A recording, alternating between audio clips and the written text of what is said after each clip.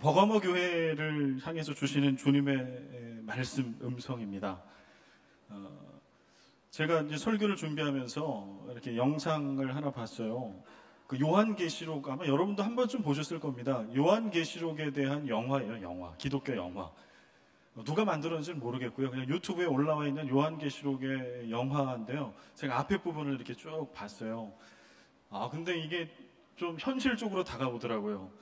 그냥 요한계시록을 눈으로 읽고 이게 설교를 들으면 그냥 2000년 전에 그냥 옛날에 뭐 환상을 받고 뭐 이런 일이 있었어 이렇게 여겨지는데 그 영화를 보니까 이게 현실인 거예요.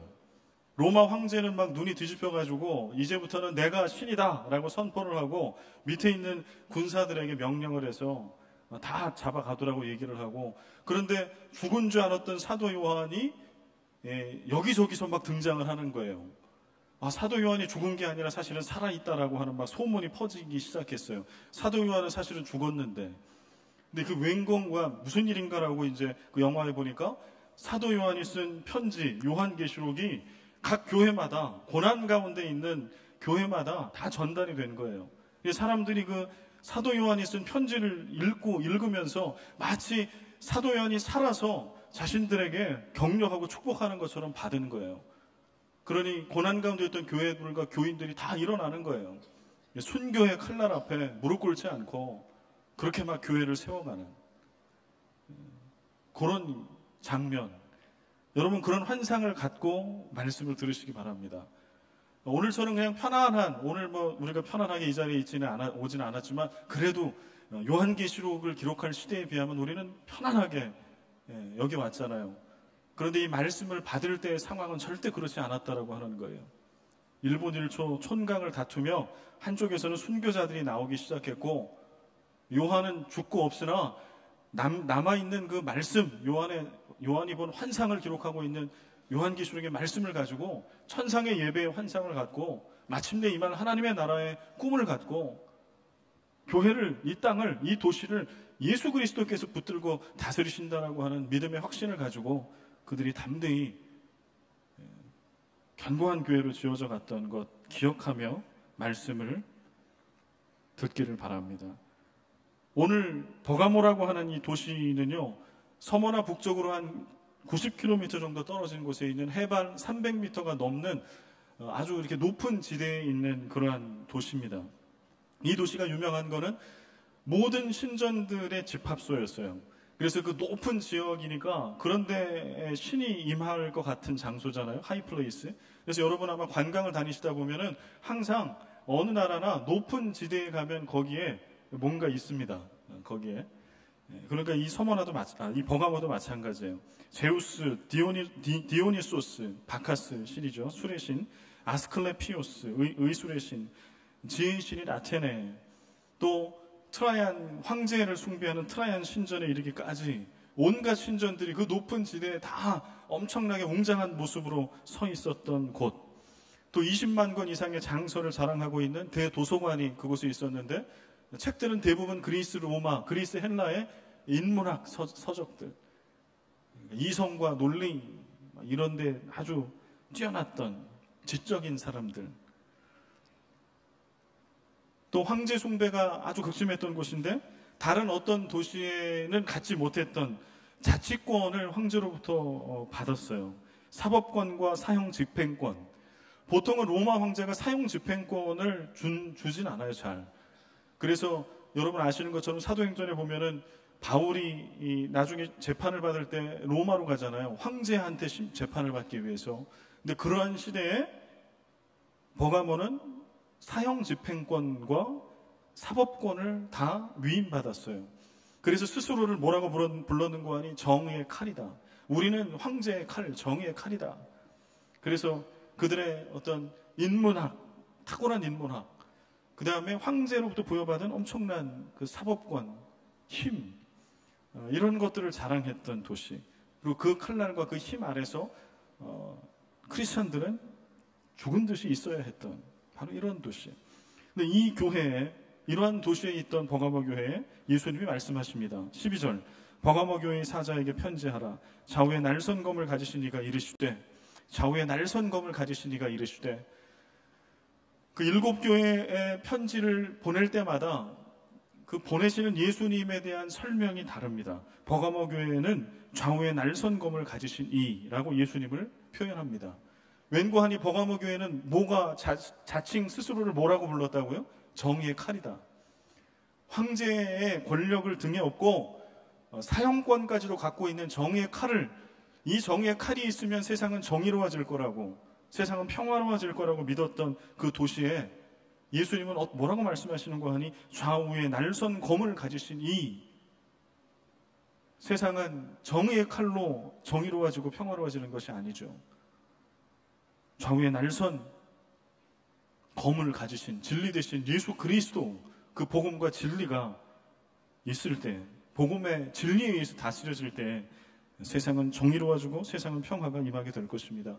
예수님 그런 말씀을, 그런 마음을 담아서 지금 환상을 보여주고 있는 것이죠.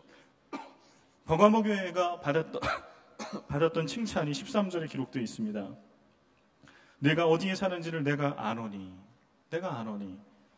우리 주님은 우리를 아시는 분이시죠. 우리 주님은 우리의 상황을 아시죠. 우리의 상황을 아시죠. 버가모 교회가 어디 사는지, 그들의 마음이 어떤지, 그들의 상황이 어떤지 예수님은 아신다라고 말씀해요. 사탄의 권세가 있는 데서 너희들이 사는구나. 그럼에도 불구하고 너희들이 내 이름을 굳게 붙들고 내 충성된 증인 안디바가 사탄이 사는 곳, 너희들이 사는 그곳에서 죽임을 당한 그 순간에도 너희들은 믿음을 버리지 않았다. 너희들 참 잘했다. 예수님이 칭찬하십니다. 사탄의 권자가 있다라고 하는 것은 사탄의 본부가 있는 곳이에요. 오늘 우리가 교회가 있고 우리가 살고 있는 이 마닐라, 메트로 마닐라, 여기는 어떤 곳인가요? 거룩한 곳인가요? 아니면 사탄의 권자가 있는 도시인가요? 여러분 어떻게 생각이 되세요?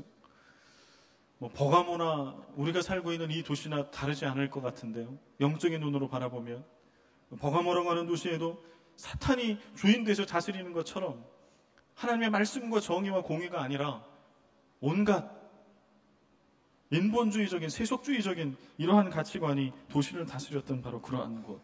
그래서 마침내 예수 그리스도를 믿었던 안디바라고 하는 크리스찬을 죽음에 내모는, 그래서 많은 교회 학자들, 사가들은 이 안디바가 누군가 성경에는 기록이 되어 있지 않아요.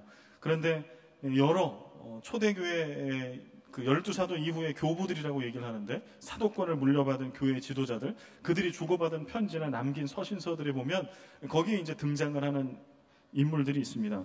안디바도 그러한 기록들에 의하면 안디바는 버가모 교회의 감독이라고 이야기합니다. 버가모 교회 감독.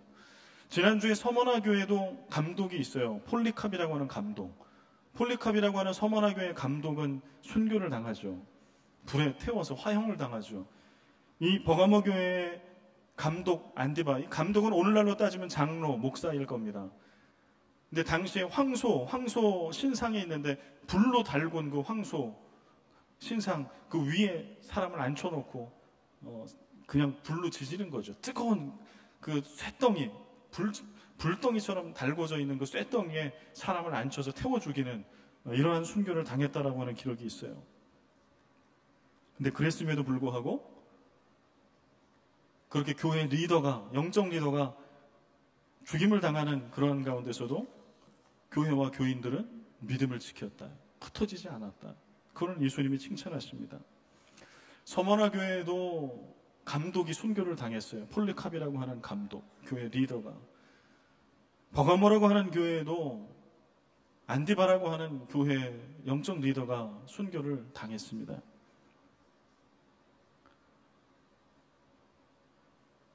예수님이 말씀하신 이 교회들 칭찬을 받았던 모습들을 바라보면 동일한 모습들이 있어요. 그 교회에 목숨을 내놓고 복음을 지키고 말씀대로 복음대로 예수님처럼 살았던 영적 리더가 있는 거예요. 실제로 그들이 순교를 당할 정도로. 그리고 교인들은 그 영적 리더를 보고 배우고 따랐습니다. 우리 교회 목사가, 우리 교회 장로님이 저렇게 핍박을 받고 저렇게 죽어 떨어지고 저러니까 나는 도망가리라 한 게 아니라, 영적 리더는 앞장서서 죽음까지도 마다 않고 그 길을 걸었고, 교우들은 그것을 바라보고 배웠고 따랐고 칭찬받는 교회의 모습.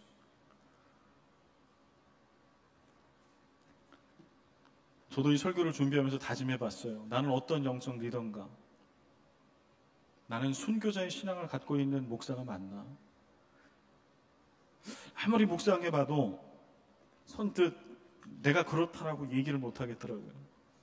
그렇다라고 막 가려고 하는 목사까지는 아닌 것 같은데, 나에게 정말 순교자의 신앙이 있는가? 부끄럽지만 없더라고요. 그러나 가져보려고 합니다. 또 우리 교회 영적 리더십들에게 부탁을 드립니다. 안디바와 같은, 폴리캅과 같은 교우들이 바라볼 수 있는, 예수님은 눈에 보이지 않으니까 예수님 대신 바라볼 수 있는 순교자의 믿음을 가진, 예수 닮은 그런 리더들로 우리 모두 다 서가기를 간절히 소원합니다. 여러분들은 보고 따르십시오. 보고 따르십시오. 성경에 이렇게 얘기하니까가 아니라 우리 교회 영적 리더들을 이루니까 내가 따르리라. 내가 그 믿음을 내가 그대로 받겠다.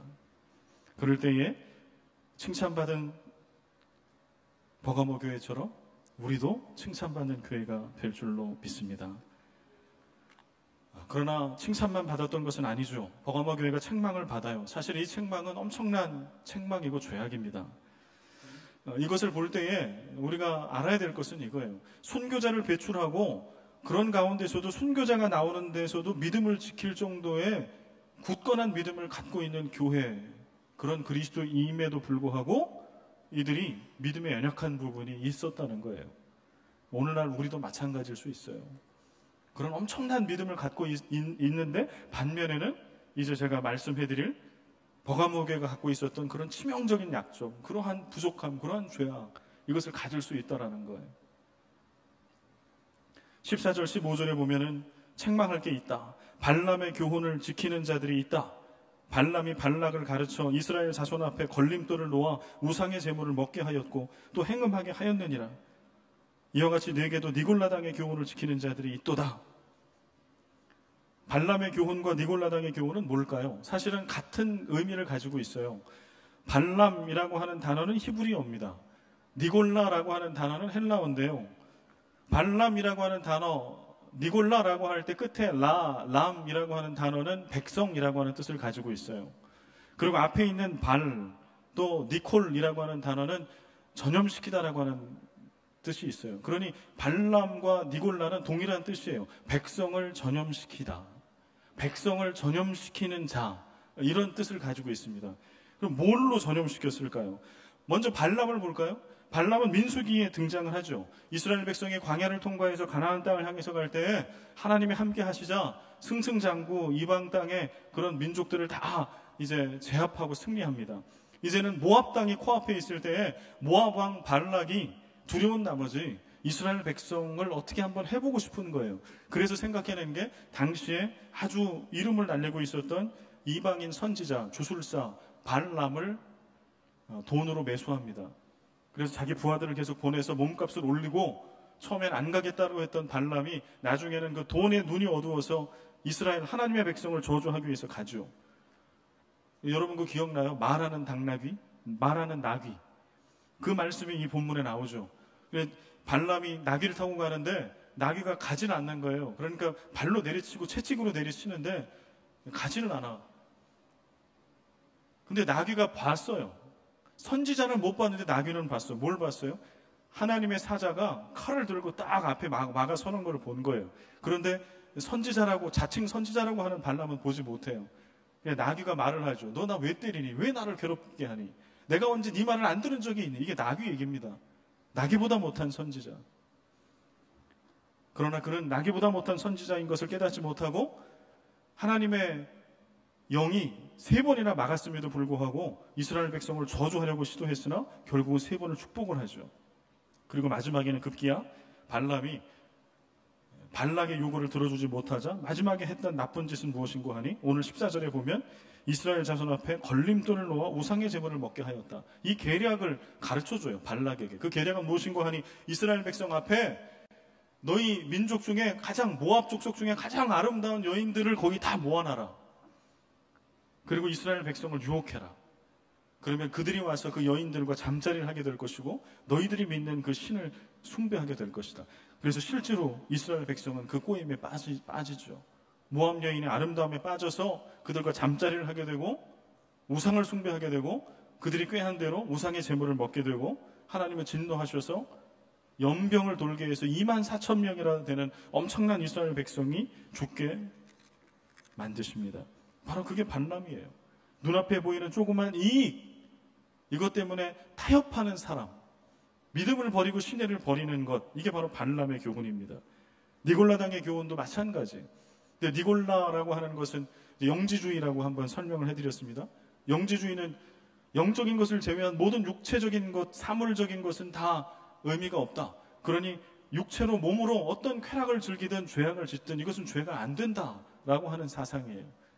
그러니 육체적인 쾌락과 편리함과 편안함을 위해서 뭐든지 해도 된다는 거죠. 그게 바로 니골라 당의 교훈입니다. 눈앞의 이익, 편안함과 편리함, 즐거움과 쾌락, 이것과 타협하는 세속적인 신앙, 이게 발람의 교훈, 니골라 당의 교훈이에요. 그런데 이런 모습이 우리 가운데도 있어요. 우리는 큰 대의 명분 앞에서는 마음이 뜨거워지고 그것을 지킵니다. 전도, 선교, 교회를 건축한다든가 이런 큰 일이 있잖아요. 교회를 지켜야 된다든가 이런 것들. 이런 것들에는 흥분하고 정의를 말하고 실제로 그 일을 해내요.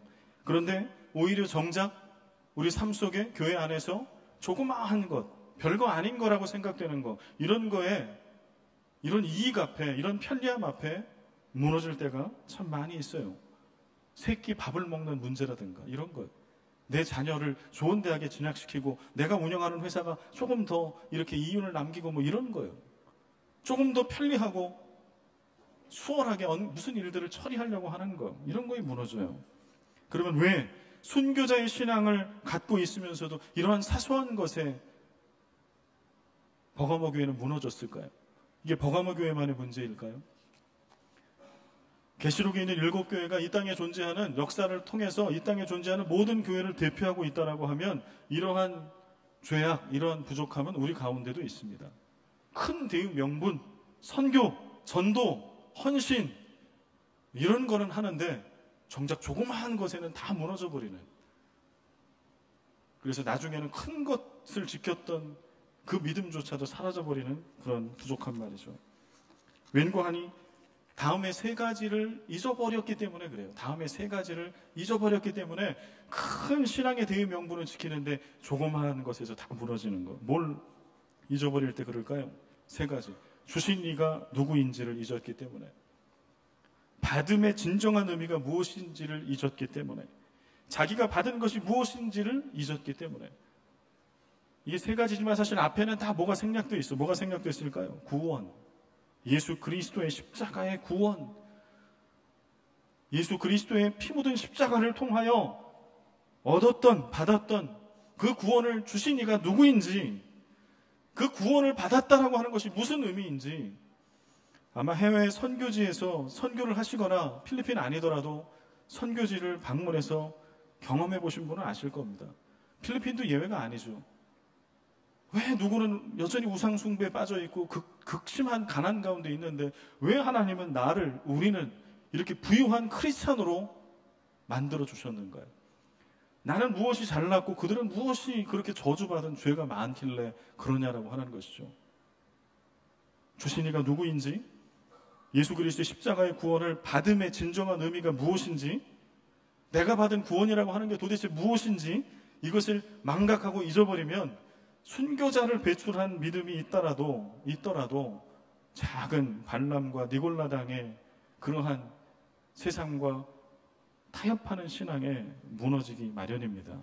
성경은 창세기부터 요한계시록까지 온통 구원에 관한 이야기로 가득 차 있습니다. 어떤 목사님 책을 읽는데 그분이 참 멋진 표현을 했어요. 저도 그것을 인용해 봅니다. 성경의 맥박, 이렇게 얘기하시더라고요. 성경의 맥박은 바로 구원이다. 여러분, 맥박이 뭐예요?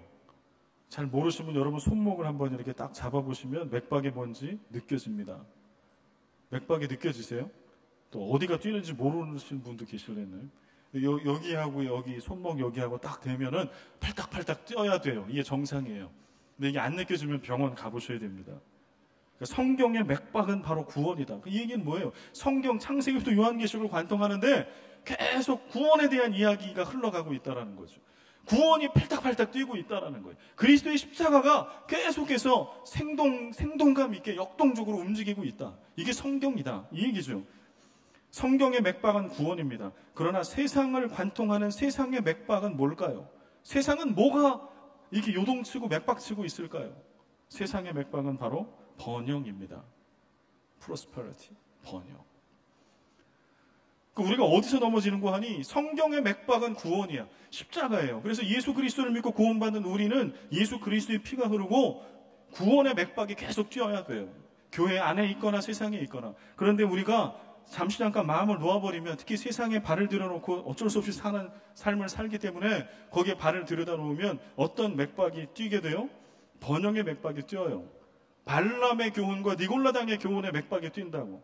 조금 더 먹고 사는 문제인데 어때? 이 정도는 이해해 주실 거야 라고 하는, 내가 이 정도의 편리함과 이 정도의 호사는 이제 누려도 되지 않을까? 남들도 다 하는데 이 정도는 우리가 할 수 있지 않습니까? 라고 하는 거예요. 이러한 세상의 맥박, 이 번영의 맥박이 한번 뛰게 되면 영적인 부정맥이 오게 돼요. 여러분, 부정맥 뭔지 아시죠? 심장 박동이 불규칙적인 거예요. 구원의 맥박이 뛰어야 사는 존재인 그리스도인에게 한번 번영의 맥박, 세상의 맥박을 경험하게 되면 두 개가 같이 뛰어. 그럼 부정맥이 와, 영적 부정맥이. 그러면 언제 멈출지 몰라요. 언제 죽을지 몰라요. 심장이 멎는다라고 하는 것은 죽음을 의미합니다. 이게 바로 버가마 교회가 갖고 있었던 문제점이었습니다. 구원의 맥박이 요동칠 때는 순교자가 나오고 순교자를 바라볼지라도 그들의 믿음이 흔들리지 않았는데, 세상의 맥박, 번영의 맥박을 맛보고 나서는 그 두 개가 여기저기 막 튀어다니면서 언제 멈출지 모르는 그런 불확실한 세상 속으로 들어가게 되는 거예요. 이렇게 양쪽이 두 맥박이 뛰게 되면 어떤 일이 생기는 거 아니? 서서히 생기를 잃어가게 됩니다. 그리스도인이고 교회인데 생명력을 잃어가요. 맥박이 뛰면 피가 공급되니까 생기가 돌아야지. 그런데 그것이 구원의 맥박이고 그리스도의 맥박이 아니고 번영의 맥박, 세상의 맥박이면 뛰면 뛸수록 갈수록 생기를 잃어요. 능력을 잃어가요. 다움을 잃어요. 그리스도인 다움, 교회 다움, 장로 다움, 목사 다움, 성도 다움. 그리고 마침내 모든 것을 다 잃어버리고 껍데기만 남습니다. 버가모 교회처럼. 근데 세상은 자꾸 구원과 번영, 이 두 가지를 다 붙들고 갈 수 있다라고 얘기합니다. 세상은 구원의 맥박도 맥박이지만 번영의 맥박도 맥박이야. 편리한 거 괜찮아. 그러나 예수님은 이렇게 말씀하십니다. 마태복음 6장 24절, 우리 같이 한번 읽어볼까요? 마태복음 6장 24절 시작.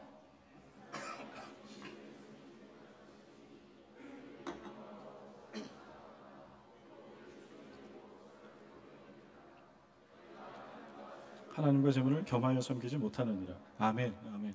예수님 뭐라고 말씀하세요? 두 가지 맥박이 함께 뛰어서 살아남을 수 있는 사람은 없다라고 말씀하세요. 주인은 하나다. 타협 불가. 그래서 신앙은 타협 불가의 신앙밖에는 존재하지 않습니다. 우리는 성경의 맥박으로 살아야 하는 그리스도인들임을 잊으면 안 됩니다. 기독교 변증가인 C.S. 루이스가 쓴 순전한 기독교, 미어 크리스티애니티라고 하는 책에 이런 말씀이 있어요. 이 세상의 그 어떤 것도 만족시키지 못하는 갈망이 내 안에 있다면 그것에 대한 유일한 이성적인 설명은 내가 다른 세상에서 왔다는 것입니다. 이거 무슨 뜻인고 하뇨? 이 사람은 변증가니까 이 세상을 살아가는데 뭔가 계속 허전함이 있다는 거예요. 돈이 부족한 것 같아도 돈을 채워봐도 뭔가 여전히 허전하고 부족해. 명예를 힘을, 뭘, 건강을, 외모를 다 채워봤는데 여전히 만족이 되지 않아요. 그러면 이건 어떤 거예요? 왜 그렇다는 거예요? 그렇게 되는 이유는, 이성적인 유일한 설명은 내가 다른 세상에서 왔다. 이 세상의 것들로는 채움을 받을 수 없는, 나는 이 세상에 속한 사람이 아니라 다른 세상, 하나님의 나라, 천국에 속한 사람이기 때문에 그렇다. 그러니 여태까지 살아왔던 것처럼 너를 채우지 못하고 너를 만족시키지 못할 것들을 붙들고 그렇게 살지 말으라는 거예요. 천국 시민답게, 그리스도인답게 주님이 주는 것을 받고 구원의 맥박을 뛰며 그렇게 살아라 라는 말씀이죠. 히브리서 11장 17절과 19절에 보면 그런 구원의 맥박으로 타협하지 않는 신앙으로 살았던 한 인물이 나옵니다. 히브리서 11장 17절 19절, 아브라함은 시험을 받을 때에 믿음으로 이삭을 드렸으니 그는 약속들을 받은 자로 돼 그 외아들을 드렸느니라. 그가 하나님이 능히 이삭을 죽은 자 가운데서 다시 살리실 줄로 생각한지라 비유컨대 그를 죽은 자 가운데서 도로 받은 것이니라. 아브라함이에요. 믿음의 선진들을 쭉 예를 들면서 아브라함이 예를 듭니다. 그 중에 창세기 22장에 나오는 100세에 얻은 외아들 이삭을 번제물로 바치라 라고 하는 하나님의 말씀에 순종했던 아브라함을 얘기해요. 19절에 그의 믿음의 고백이 나옵니다. 하나님이 능히 이삭을 죽은 자 가운데서 다시 살리실 줄로 생각한지라. 저는 다시 한번 이 말씀을 봐도 이 아브라함의 믿음이 이해는 안 돼요. 내가 그걸 본받을 수 있을까? 오늘날 하나님이 내 아들을, 내 딸을 번제물로 바쳐라. 그것은 죽여서 다 토막을 내고 태우라는 거거든요. 아들을, 딸을 어떻게 그렇게 합니까? 그런데 아브라함은 하려고 했어요. 실제로. 그는 이 땅에 살고 있으나 이 땅에 속한 사람이 아니었기 때문에 그랬죠. 이 땅에 살고 있으나 하나님 나라를 이 땅 가운데 살고 있는 사람이었기 때문에 가능했죠. 제가 이것을 어떤 예화를 통해서 좀 설명을 해드릴까 생각하다가 한 예화가 떠올랐어요. 아마 들으신 분도 계실 겁니다. 제가 존경하는 김동호 목사님, 코스타에 이제 강사로 가셔서 11조, 헌금에 대한 설교를 하셨어요. 특별히 11조에 대한 설교를 하셨어요. 헌금 설교 워낙 자주 하시니까. 이제 그 집회가 끝났습니다. 그리고 나서 어떤 결혼해서 갓난 아기를 키우고 있는 유학생 자매가 상담 요청을 했대요. 근데 상담의 내용은 이겁니다. 여러분도 아마 이런 상담을 받으면 어떻게 여러분들이 답을 줄지 한번 잘 들어봐 주십시오. 목사님, 저도 11조를 하나님께 먼저 떼서 드리는 것은 바른 신앙이라고 하는 걸 압니다. 10분의 1을 뗄 줄 알아야 나머지 내가 더 잘 돼서 얻는 소득이 하나님 거라는 것을 알고 살 수 있으니까 당연히 그렇게 해야 되는 거 알고 있습니다. 그런데 질문이 하나 있습니다. 저희 지금 부부고 어린 아이를 갖고 있는데 저희 소득이 너무 없습니다. 수입이 너무 적습니다. 11조를 먼저 떼내게 되면 진짜로 우리 아이를 먹일 분유를 살 돈이 없습니다. 그래도 11조를 떼야 하나님이 기뻐하시는 겁니까? 여러분 뭐라고 대답하시겠어요? 그랬더니 목사님이 이렇게 대답을 해주셨대요. 내가 믿고 내가 알고 네가 알고 네가 믿는 하나님은 그렇게 잔인한 하나님이 아니다. 지금 11조를 떼면 아이가 굶는데 너는 11조 내고 굶어라 라고 하는 그런 부모가, 그런 하나님이 있겠냐. 네가 11조를 떼지 않고 아이에게 분유를 사 먹인다고 하나님이 너를 정죄하거나 판단하거나 저주하지 않으실 거다. 내가 아는 하나님은, 이게 1절 2절이 있었어요. 그러나 나는 네가 네 자녀에게 분유를 사 먹일 수도 없을 거라고 하는, 그럴지도 모른다라고 하는 그 한계를 넘어서는 믿음을 가졌으면 좋겠다. 하나님이 어떻게 하시는가? 아이의 우유값을 떼서 11조를 드리고 하나님의 것이라고 드렸을 때 하나님이 어떻게 네 아이와 너의 가족을 살리시는가? 마치 하나님께서 아브라함에게 그 100세에 얻은 아들을 달라고 했을 때 아브라함이 도대체 내가 알고 믿는 하나님은 그런 하나님이 아니라고, 이방의 잡신들처럼 무슨 인신 제사를 드리라고 하냐고, 이건 하나님의 음성이 아니라고, 나는 따를 수 없다고 얘기한 것이 아니라 칼을 들어 모리아산에 그 아들을 내려치려고 했던 그 믿음을 하나님 앞에 드렸을 때 하나님 여호와 이레의 하나님으로 나타나셔서 창세기 22장 이전에는 경험해보지 못했던 여호와 이레 예비하시고 준비하신 하나님, 그 하나님을 아브라함이 만납니다. 창세기 22장 전과 후에 아브라함은 전혀 다른 삶을 살았을 것입니다. 바라건대 오늘 예배를 드리는 여러분과 저도 그런 믿음의 한계를 뛰어넘는 믿음의 사람이 되기를 간절히 소원해요. 그게 구원의 맥박에 뛰는 삶을 사는 거예요. 발람의 교훈과 니골라당의 교훈에 섞이지 않는 타협 불가의 신앙을 가지고 살아가는 사람의 모습이에요. 그것을 뛰어넘어 본 사람만이 하나님이 어떤 분인가를 만날 수 있습니다. 버가모 교회는 두 부류의 사건이 일어나죠. 하나는 순교자가 있었어요. 여러분, 순교를 왜 당하는 거예요? 황제를 신이라고 고백해라. 그렇게 고백하면 살려주겠다. 결국은 순교하는 것은 타협하지 않았기 때문에 죽임을 당한 겁니다. 그럼 니골라당과 발람의 교훈은 뭐예요? 타협하는 거예요. 조그만 것 하나, 큰 거 하나 다 타협해서 좀 편하게 먹고 사는 길을 택하는 거예요. 끝까지 타협하지 않아서 순교자가 나왔고, 조그만 것 하나까지 타협해서 발람과 니골라당의 교회는 무너졌습니다. 두 가지를 다 가지고 있습니다. 오늘 우리 안에도 그 모습이 있습니다. 16절, 그러므로 회개하라. 그리하지 아니하면 내가 네게 속히 가서 내 입의 검으로 그들과 싸우리라. 오늘 이 말씀은 오늘 우리에게 주시는 말씀입니다. 마지막 17절 말씀을 같이 한번 읽겠습니다. 우리 다 같이 읽습니다. 시작.